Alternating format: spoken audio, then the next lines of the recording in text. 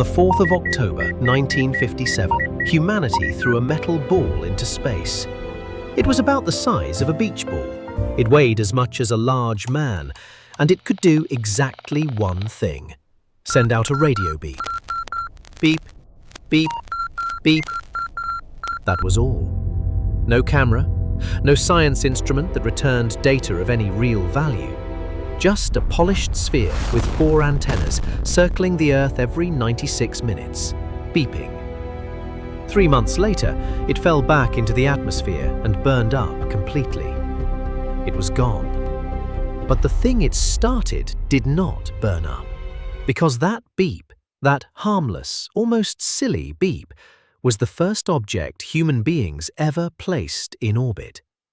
And everything we have put up there since has followed it. Tens of thousands of satellites, spent rockets, lost tools, and 130 million pieces of broken debris, moving at speeds that turn a fleck of paint into a bullet. It is still up there, right now, over your head. And it is growing.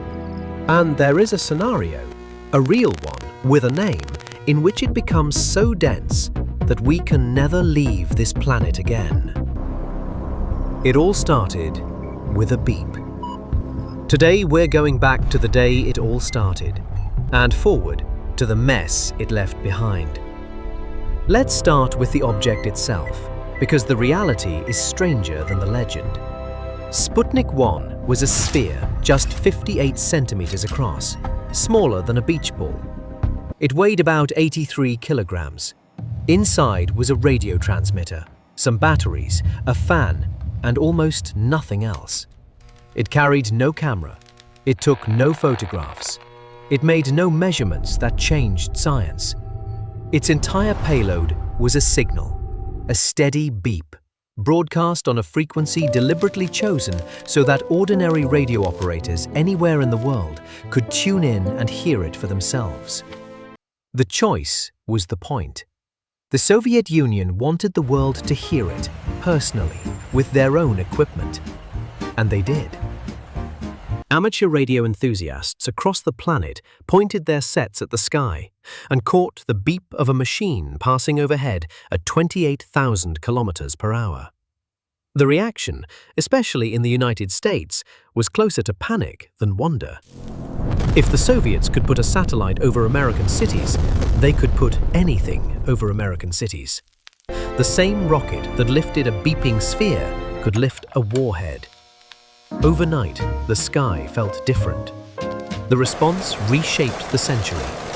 The United States poured money into science education. Within a year, it created a new agency to lead its space effort. That agency was NASA. The space race, Mercury, Gemini, Apollo, the moon landing, all of it traces back to the shock of that beep. And the object that caused it lasted 3 months. It re-entered the atmosphere in January 1958 and burned away to nothing. The most influential machine of its decade left no wreckage at all.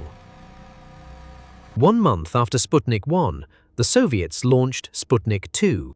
It was far larger, and it carried the first living creature ever to reach orbit. Her name was Laika.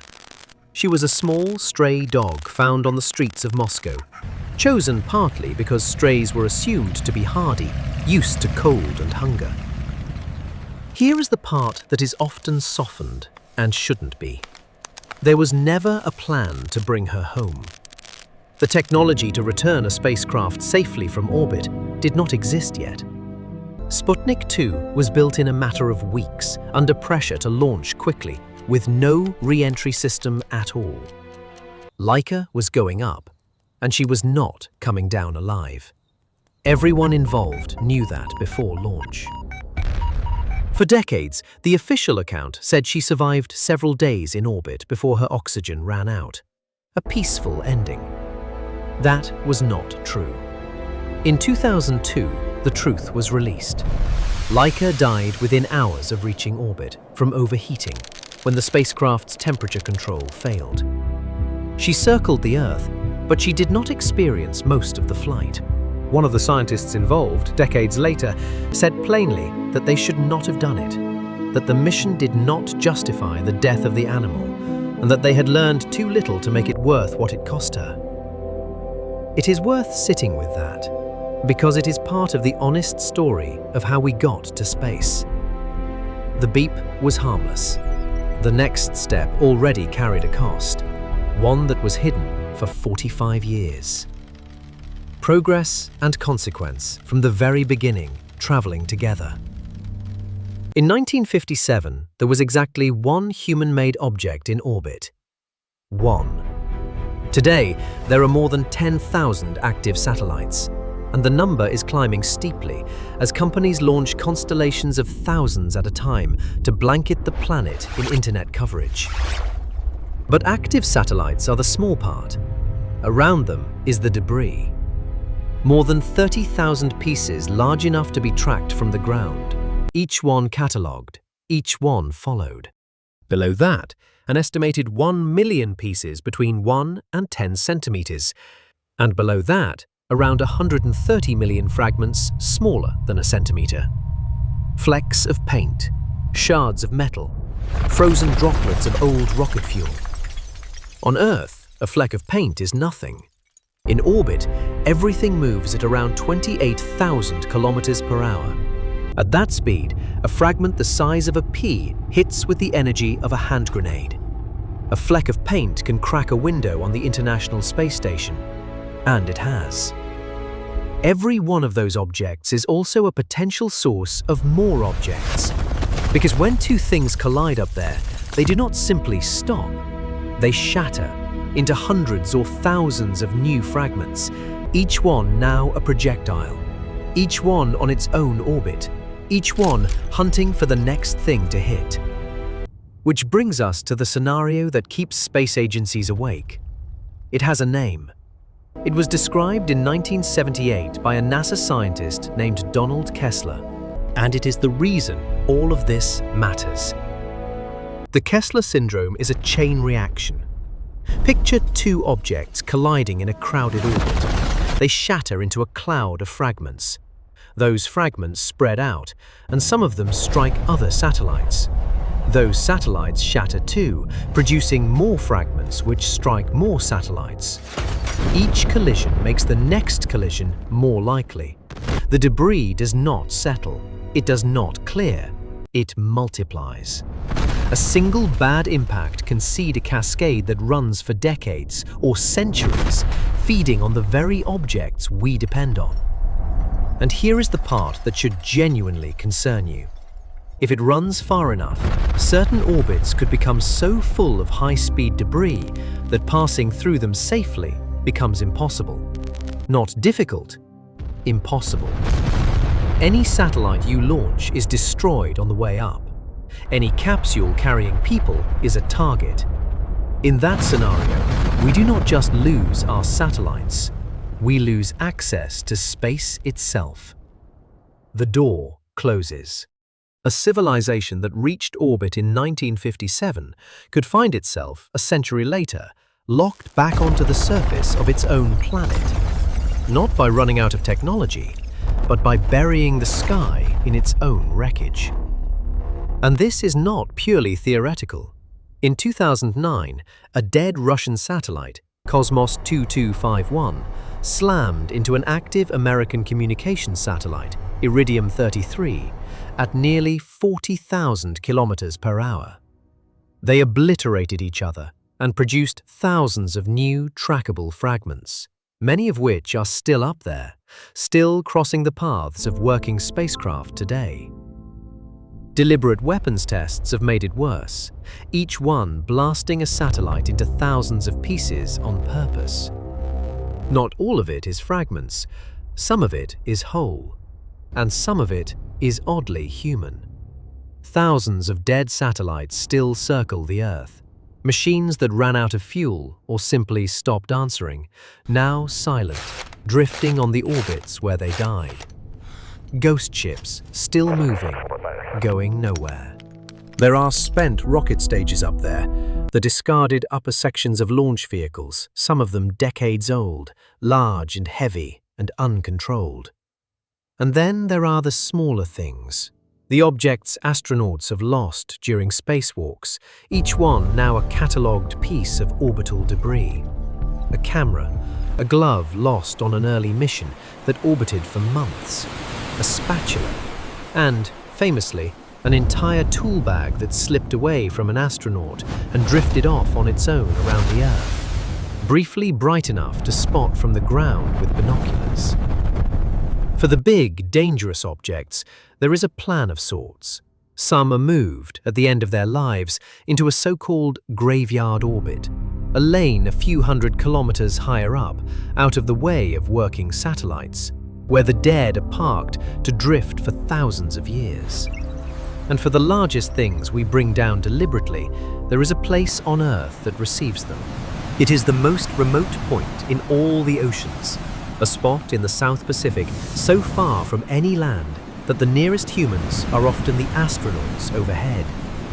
It is called Point Nemo, the spacecraft cemetery.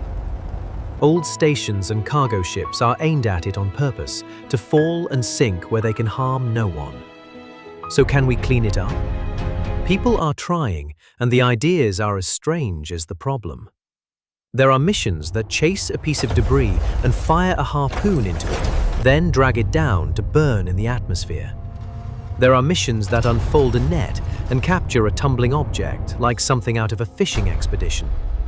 There are proposals to use magnets to grab satellites that were built with a docking plate and gently tug them into a re-entry path. There are concepts for ground-based lasers that would nudge small fragments, not to destroy them, but to slow them just enough that they fall out of orbit on their own.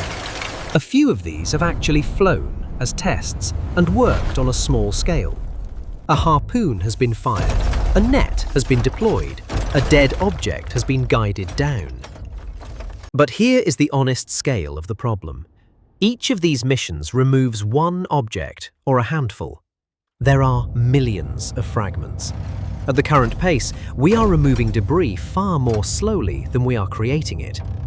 There is no proven, affordable way to clean orbit at the scale that would actually be needed. Not yet. The most effective thing we can do right now is simpler and less satisfying. Stop making more. Design satellites to remove themselves at the end of their lives, not add to the cloud. The mess is easy to make and extraordinarily hard to undo.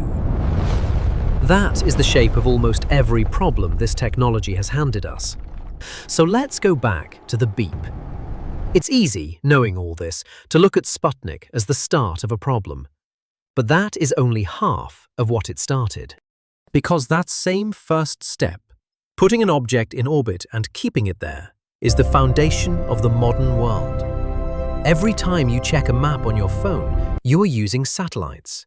Every weather forecast, every long-distance call routed through space, every television signal from the other side of the planet, every ship and plane that navigates by GPS, all of it lives up there, in the orbit that Sputnik opened. The internet that carries this video reaches much of the planet through satellites. The warnings that give people days to flee a hurricane come from satellites. An enormous amount of what keeps modern civilization running is hanging over our heads, in the same space we are slowly filling with wreckage. That is the real legacy of the beep. It gave us a connected world, and it gave us a fragile ceiling above it, one we are still learning to keep clear. The same sky holds both, the gift and the hazard, orbiting together, exactly as they have since a small dog followed a beeping sphere into the dark in the autumn of 1957. We threw a beeping ball into the sky, and we did not fully understand what we were beginning. We rarely do.